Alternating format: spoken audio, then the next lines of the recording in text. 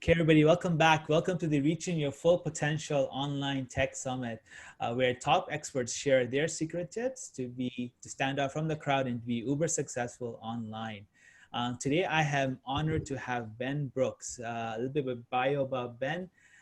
Ben is the founder and CEO of Pilot, an award-winning employee coaching software product serving an impressive cohort of respected corporate growth businesses and nonprofits. Pilot is democratizing coaching at scale with a mission that everyone feels powerful at work.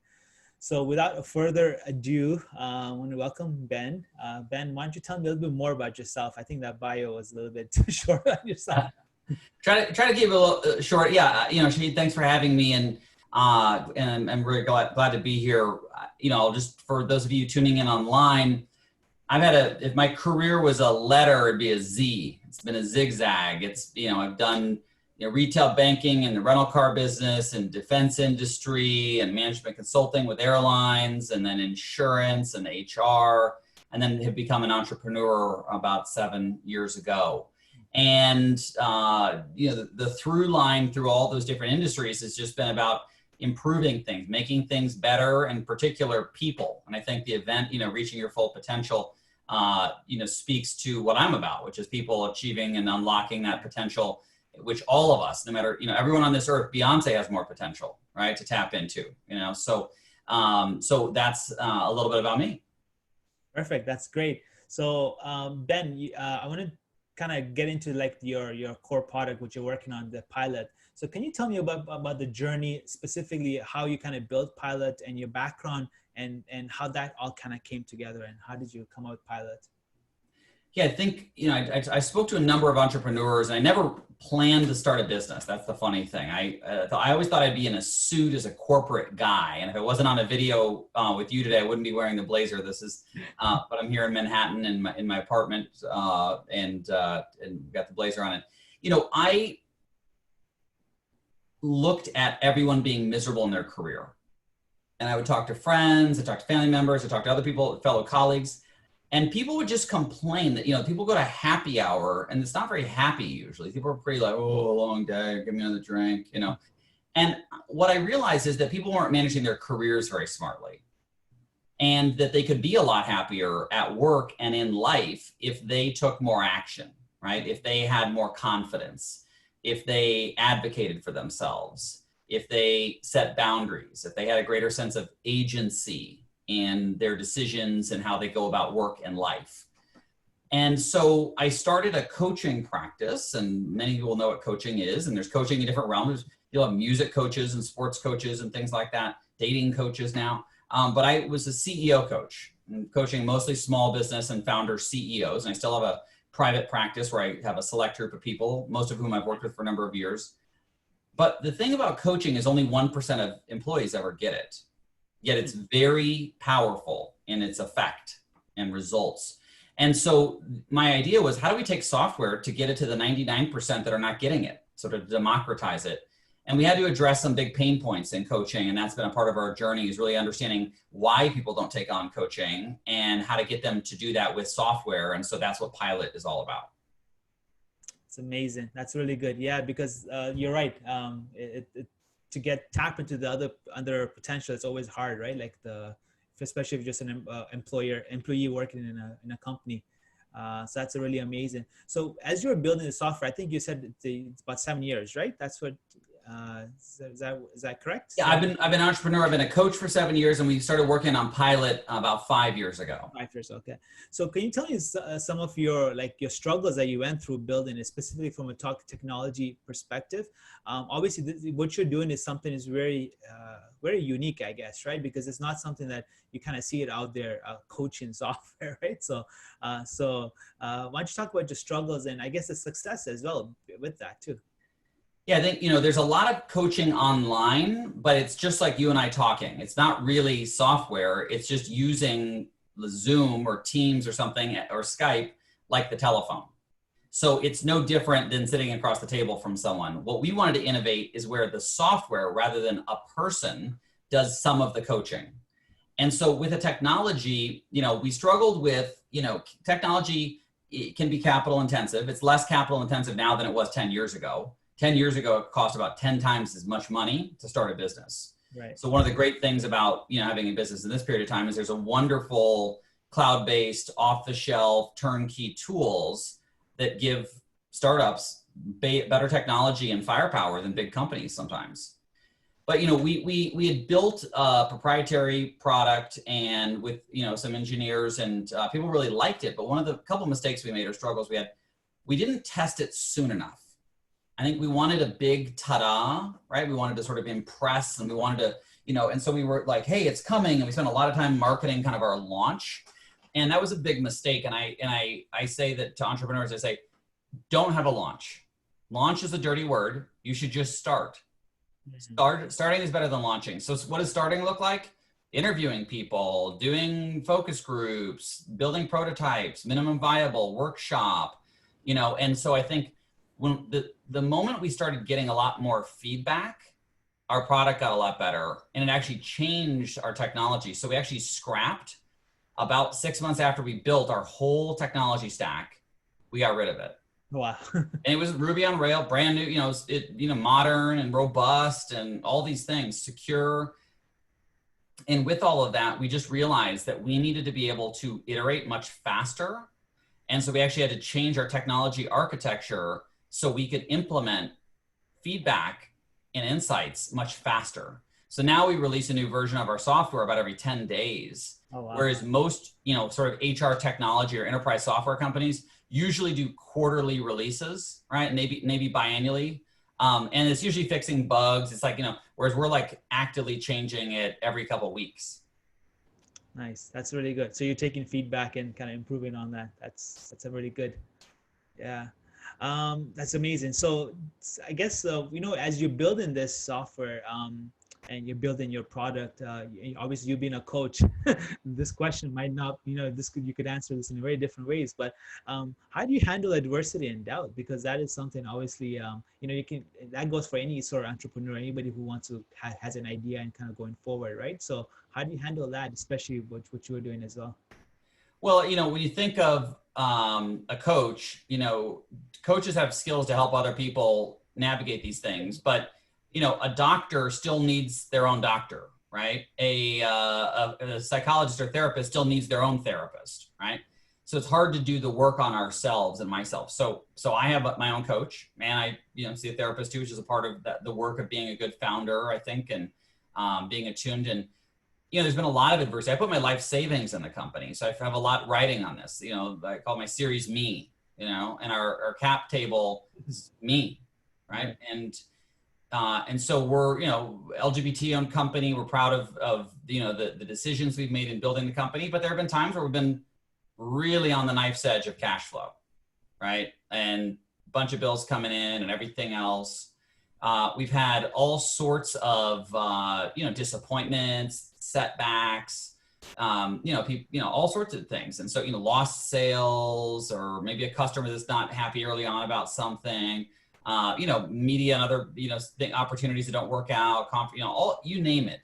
And I think that this COVID and the economy and all the things we've been dealing with in 2020, I feel like I've been getting ready for the last 5 or 7 years because of all these other setbacks. And there's a great book I just read recently called The Obstacle is the Way by Ryan Holiday. It's an excellent book on adversity.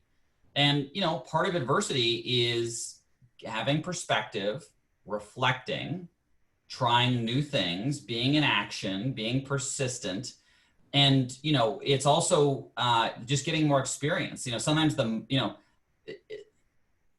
new ventures and new entrepreneurs out of the gate are very sensitive, right? You put up your first social media post, you expect it, to have 150 comments on it, and you get 2 likes, and one of them is your mom, right? And so that's where you have to have a higher in terms of number of times you've tried something, done something, pitched something, whatever.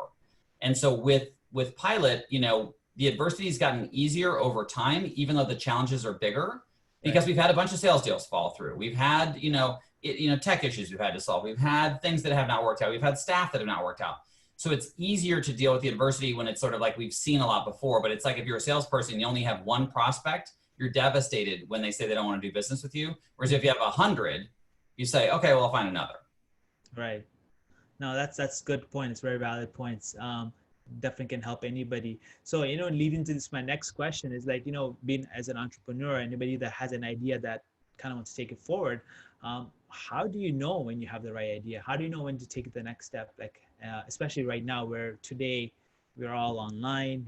Everything's during, especially the pandemic, where Yep. things are going to change. I mean, I think online's here to stay. But how do you know when you have the right idea?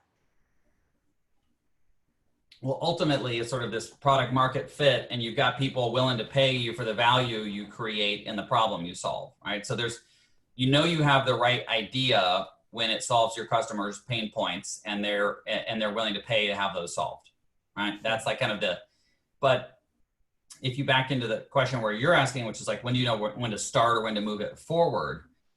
A bit like launching is the wrong frame of mind, a mistake that I made. The idea that your idea matters is also the wrong frame of mind, because almost always you don't have the right idea. Almost always. You iterate, you get feedback, you pivot, you evolve, all these things, and you find the right solution. But the thing you need to figure out is what's the right problem, not the idea, but what problem do you want to solve, right? That's what really makes a successful entrepreneur. And from all the studies and benchmarking and reading and interviewing people, CEOs I've worked with, it's not that they had this stroke of genius. And ideas are cheap. That's the other thing, is usually, our egos get in the way and we think, oh gosh, I had this great idea. Well, you know what? On this earth of 7 billion people, it is very likely that many other people have that idea, whether that's dozens or hundreds or thousands or 10,000. The question is, do you make it happen, right? Do you execute? Do you, I know someone recently who just launched an online business related to dating, right? And they sat on the idea for 4 years. And then as soon as they launched, someone else launched a similar one, right? Now, there's room for many companies in the space. There's not a winner take all market, but the bigger point is, and when you get into really good product development and business strategy, your insights about your customer and their unmet needs and their problems and their reality, that's when you have the good idea, is when you understand those, you build or create something that solves them in a way. And these are pain points we have pain points, right, that we're not willing to pay to solve, right? Like, I don't know. I have a trash can that's the wrong size or something like that, but I'm not going to spend $40 for a new trash can, right?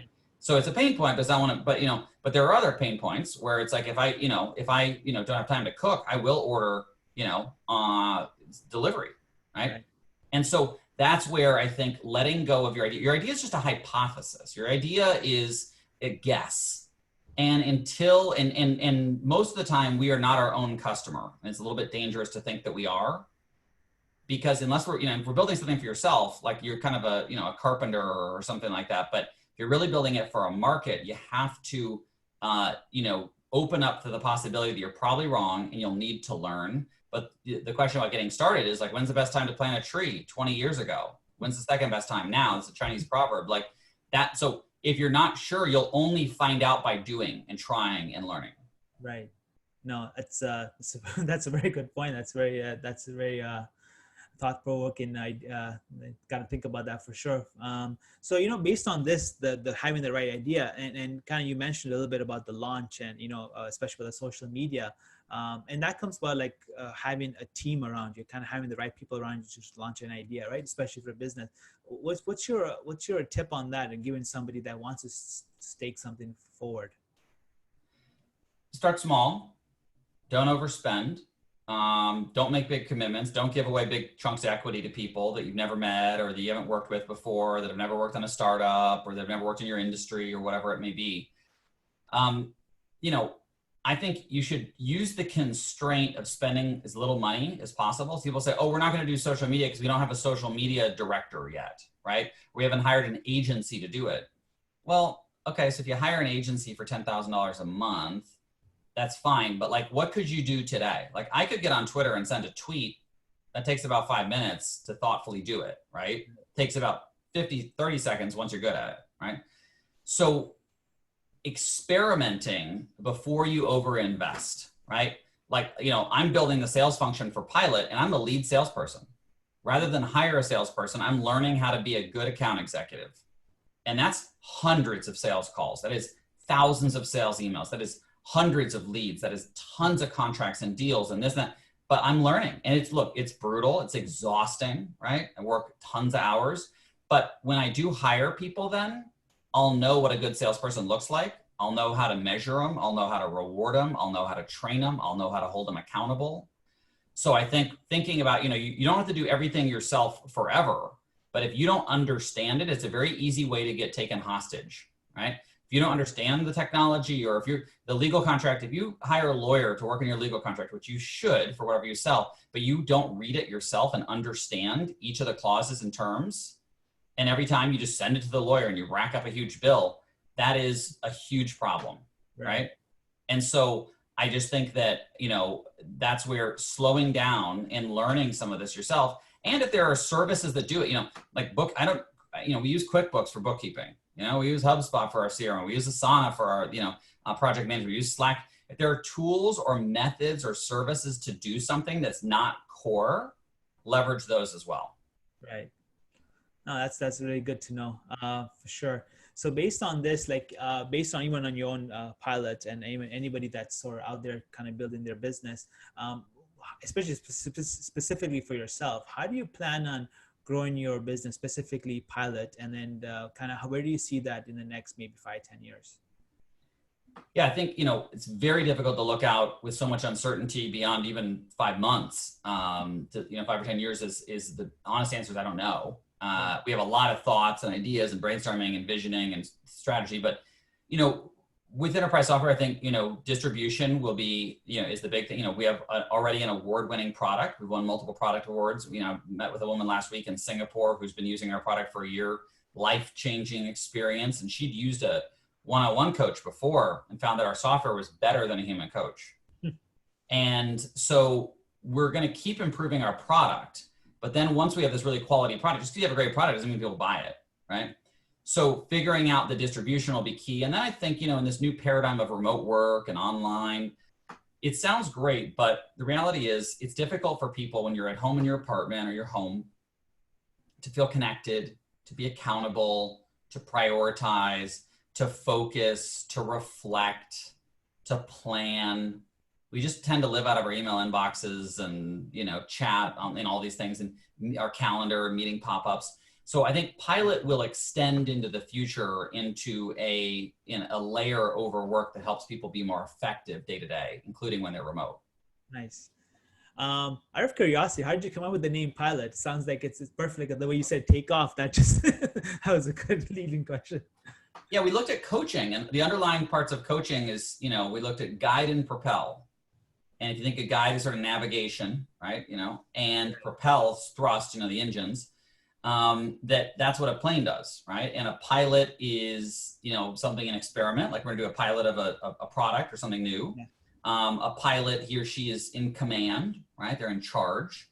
You're usually going on a journey, right? Takes perspective. You have to be responsible, and the other thing is I love aviation. So it was a nice nod to aviation. Right. We had 478 names that we came up with. If you're ever brainstorming, more is better, right? You want to consider the most dangerous thing in the world is a person with a great idea and only one of them, And so we came up with pilot, and it was part of a finalist of about 20 names, and we tested them. And one of the most important things was to test on with diverse people, right? So we tested only with people that were exactly my age or that lived in New York City or, that were, my gender or things like that. Well, we found some big differences in resonance with our names based on gender. So some of the finalists that I thought were strong, we knocked out, and pilot was one that across a variety of different demographics, people really liked and appreciated, and is simple. And so that's where we got the name. Yeah, it's a good name. I like it. Thank you. So we're nearing the end. So, before we finish, what's one tip you can share with us that we can implement today to have success? Well, probably could give you many. Let me think about one. Maybe I'll give you more than one, but I think this is one in the digital economy, context switching. So if people don't know what that is, you should Google it.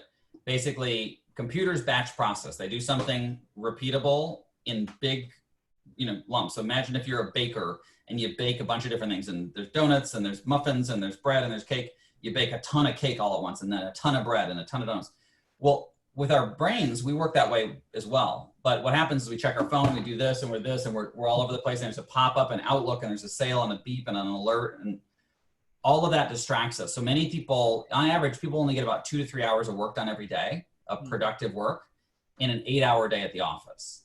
So if you can reduce context switching, which means reducing distractions and pop-ups and alerts, right, you can get far more done. You don't need more time, you need less context switching.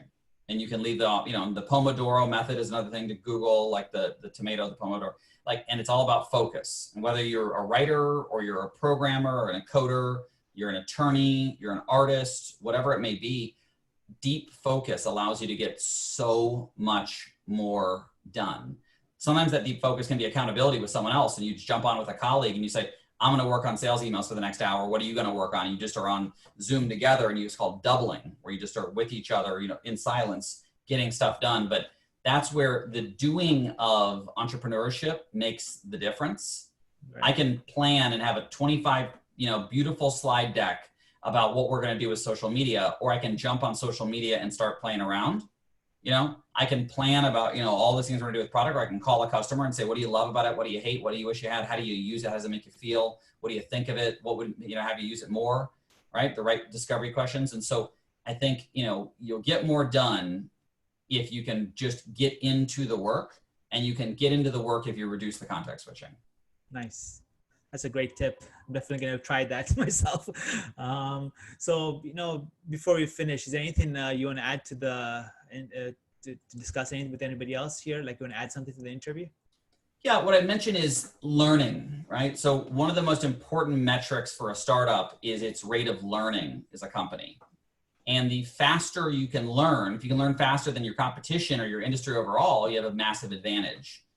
And sometimes people talk about, blitz scaling or scaling up really quick or escape velocity. The problem is you're not necessarily learning. You may just be, doing the same thing faster, right? You may be making the same mistakes at scale, right? Burning, being inefficient or wasteful, at scale. So, if you can accelerate your rate of learning, but the thing to realize about learning is brutal. We think about learning like it's enrichment, like it's the color yellow. It's nice and sunny and it's great. And I'm learning French, or I'm learning how to cook, or I'm learning this, or I'm learning how to do pottery. Those are nice, but sometimes learning is having 10 sales calls where people ghost you afterwards. You're like, why are people ghosting me after a sales call, right?